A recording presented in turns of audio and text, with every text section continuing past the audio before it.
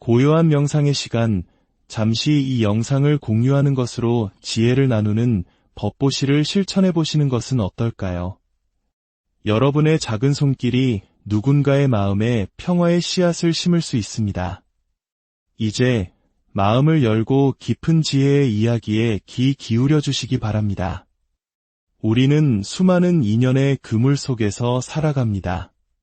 지금 내 곁에 있는 부모와 자식, 친구와 동료, 이 모든 만남은 결코 우연이 아닙니다. 셀 수 없는 과거의 생을 거치며 맺어진 깊고 깊은 인연의 결과입니다.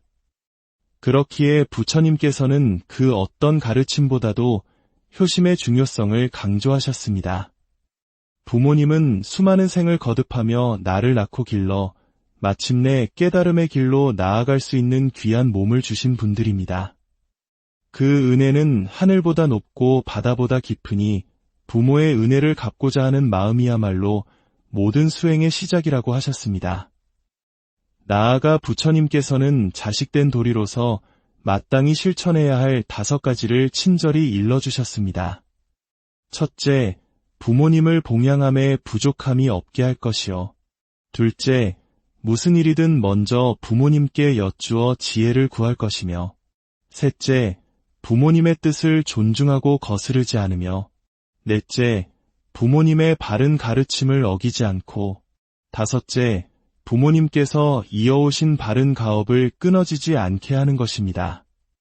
물론 이 가르침을 오늘날의 현실에 맞게 지혜롭게 적용해야겠지만 가장 중요한 것은 부모님의 은혜를 잊지 않고 늘 감사하는 마음, 그 마음을 실천하려는 자세일 것입니다.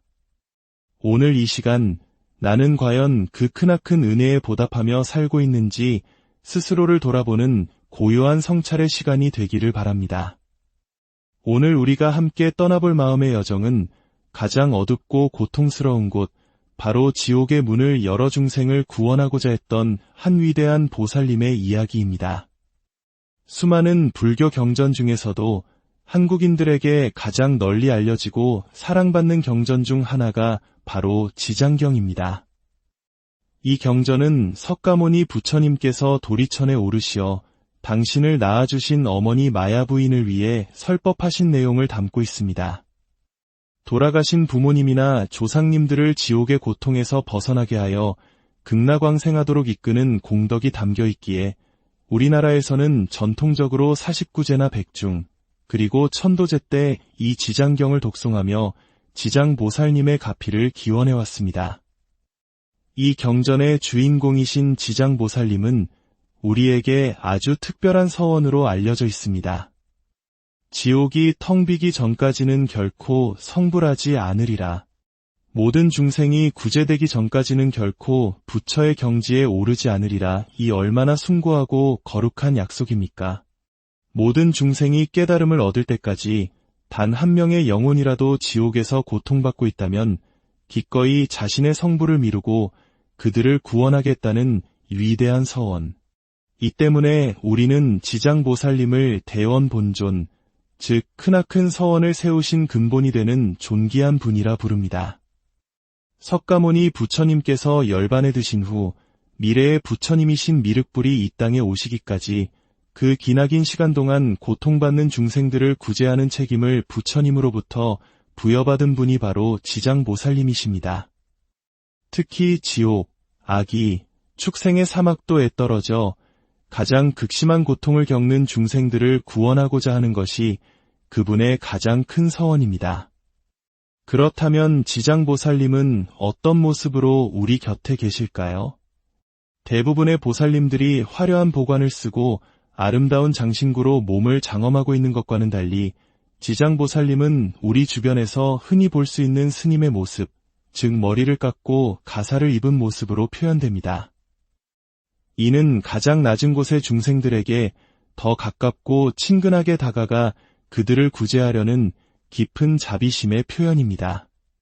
한 손에는 지옥의 문을 여는 석장을, 다른 한 손에는 소원을 이루어주는 여의주를 들고 지금 이 순간에도 고통의 심연에서 우리를 구원하고 계십니다.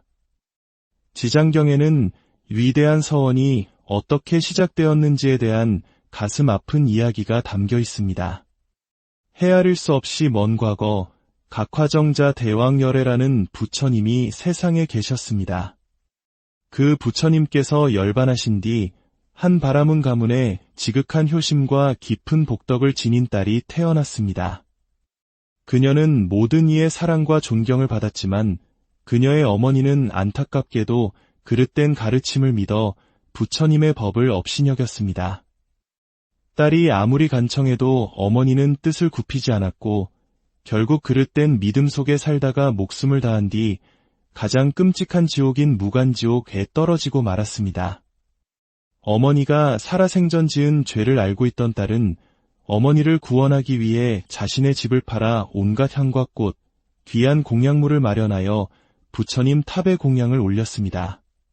그리고 눈물을 흘리며 간절히 기도했습니다.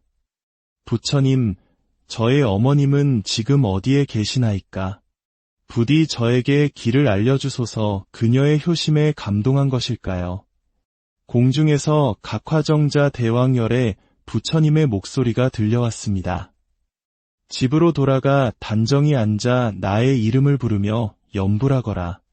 그러면 너의 어머니가 계신 곳을 알게 되리라. 딸은 곧장 집으로 돌아가 밤낮으로 쉼없이 부처님의 이름을 불렀습니다. 그렇게 하루낮과 하루밤이 지났을 때 그녀의 몸은 호련히 어느 바닷가에 이르렀습니다. 그곳의 바닷물은 펄펄 끓고 있었고 흉측한 귀신들과 죄인들이 뒤엉켜 끔찍한 고통을 받고 있었습니다. 바로 산자의 업이 만들어낸 고통의 바다, 업해였습니다. 그때 무독기왕이라 불리는 지옥의 관리가 나타나 그녀에게 말했습니다.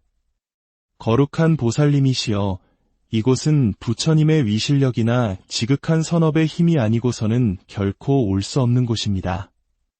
어인일로 이곳까지 오셨습니까? 딸은 눈물을 흘리며 자신의 어머니를 찾고 있다고 말했습니다. 그러자 무독기왕은 합장하며 정중히 말했습니다. 보살님이시여, 이제 그만 돌아가셔도 좋습니다. 보살님께서 돌아가신 어머니를 위해 올린 지극한 공양과 염불의 공덕으로 사흘 전 이곳 무간지옥에 있던 모든 죄인들이 고통에서 벗어나 이미 천상에 태어났습니다. 보살님의 어머니 또한 그들과 함께 구원받으셨습니다. 자신의 간절한 기도가 어머니뿐만 아니라 이름도 얼굴도 모르는 수많은 지옥 중생들까지 구원했음을 알게 된 딸은 다시 부처님의 탑으로 돌아와 크나큰 서원을 세웁니다. 바라옵건대 저는 미래의 세월이 다하도록 죄업으로 고통받는 중생들을 위해 널리 방편을 베풀어 그들을 모두 고통에서 벗어나게 하겠나이다. 바로 이 바라문 소녀의 지극한 효심과 위대한 서원이 씨앗이 되어 훗날 지장보살님께서 이 세상에 오시게 된 것입니다. 지장경은 이처럼 효심의 중요성과 더불어 우리가 짓는 모든 행위에는 반드시 그 결과가 따른다는 인과응보, 즉 업보의 법칙을 매우 구체적으로 설명하고 있습니다. 몇 가지를 소개해드리자면 살생을 즐기는 자는 다음 생에 단명하는 과보를 받고 남의 것을 훔치는 자는 가난과 궁핍의 과보를 받으며 음란한 행위를 하는 자는 새로 태어나는 과보를 받습니다. 남을 험담하고 악담하는 자는 가족과 화목하지 못하고 늘 다툼이 끊이지 않는 과보를 받으며 남을 헐뜯고 비방하는 자는 혀가 없거나 말을 더듬는 과보를 받습니다. 화를 잘 내는 자는 얼굴이 추해지는 과보를 받고 탐욕이 많은 자는 원하는 바를 이루지 못하는 과보를 받습니다. 부모의 뜻을 거역하는 자는 천재지변으로 목숨을 잃는 과보를 받게 된다고 경고합니다. 이러한 가르침이 때로는 두렵게 들릴 수 있습니다. 하지만 이는 우리를 겁주기 위함이 아니라 우리의 삶을 더욱 신중하고 자비롭게 가꾸어 나가도록 이끄는 자비로운 등불과도 같습니다. 내가 뿌린 씨앗은 좋든 나쁘든 반드시 내가 거두게 된다는 이 엄중한 진리를 마음에 새길 때 우리는 비로소 선한 인연을 심고 악한 과보를 피하는 지혜로운 삶을 살아갈 수 있을 것입니다. 반대로 지장보살님을 향해 지극한 마음으로 기도하고 지장경을 독송하며 그 가르침을 따라 선업을 쌓는 이들에게는 28가지의 크나큰 이익이 따른다고 하셨습니다. 그 땅에는 풍년이 들고 집안은 늘 평안하며 돌아가신 조상들은 천상에 태어나고 살아있는 가족들은 수명이 길어집니다. 구하는 바는 뜻대로 이루어지고 수해나 화재와 같은 재앙이 없으며 나쁜 꿈을 꾸지 않고 어디를 가든 모든 신들이 그를 보호하며 마침내는 부처를 이룰 거룩한 인연을 만나게 된다고 하셨습니다. 이것은 단순히 복을 비는 기복신앙을 넘어 지장보살님의 위대한 서원과 나의 선한 마음이 공명하여 만들어내는 거룩한 변화의 과정입니다. 효의 가르침은 비단 지장보살님의 이야기에서만 그치지 않습니다. 부처님의 10대 제자 중 신통제일이라 불렸던 목련존자는 지옥에 빠진 어머니를 구하기 위해 부처님의 가르침에 따라 승려들에게 공양을 올려 마침내 어머니를 구원했습니다. 이것이 바로 백중 우람분절의 시작입니다. 또한 지혜제일 사리불존자는 당신이 열반에 들기 직전 평생 다른 종교를 믿어온 어머니를 찾아갔습니다. 임종 직전에 아들을 보기 위해 수많은 천신들이 찾아와 예를 갖추는 것을 본 어머니는 아들이 자신이 믿던 신보다 더 위대한 존재임을 깨닫게 됩니다. 사리불은 마지막 남은 힘을 다해 어머니에게 부처님의 위대한 가르침을 설했고 그제야 법을 깨달은 어머니를 보며 평온하게 열반에 들었습니다. 자신을 낳아주신 어머니를 부처님의 가르침으로 인도하는 것, 이것이야말로 진정한 효도의 완성이 아닐까요? 오늘 우리는 지장보살님의 위대한 서원과 효심의 이야기를 통해 삶의 지혜를 배웠습니다. 이 가르침은 멀고 어려운 이야기가 아닙니다. 지금 바로 내 곁에 계신 부모님께 따뜻한 말 한마디 건네고 안부 전화를 드리는 작은 실천에서부터 시작됩니다. 돌아가신 부모님과 조상님들을 위해 간절히 기도하는 그 마음이 바로 지장보살님의 마음과 다르지 않습니다. 부디 오늘 들으신 이 이야기가 여러분의 삶의 작은 등불이 되기를 바랍니다. 그리하여 여러분과 여러분의 가족, 그리고 먼저 가신 조상님들의 앞길에 지장보살님의 크나큰 자비와 광명이 늘 함께하기를 간절히 기원합니다.